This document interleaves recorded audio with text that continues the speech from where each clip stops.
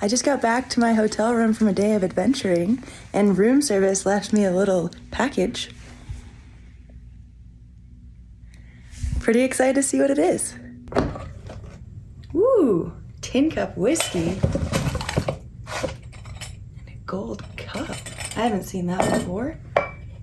No better. Let's see what it says. Dear fellow adventurer, that special gold cup represents a treasure of $10,000. Don't get too excited, it's not yours to keep.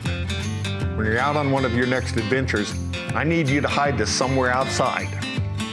Off the beaten path, not buried, not anywhere dangerous, but choose a place that can only be found after an adventure worth toasting.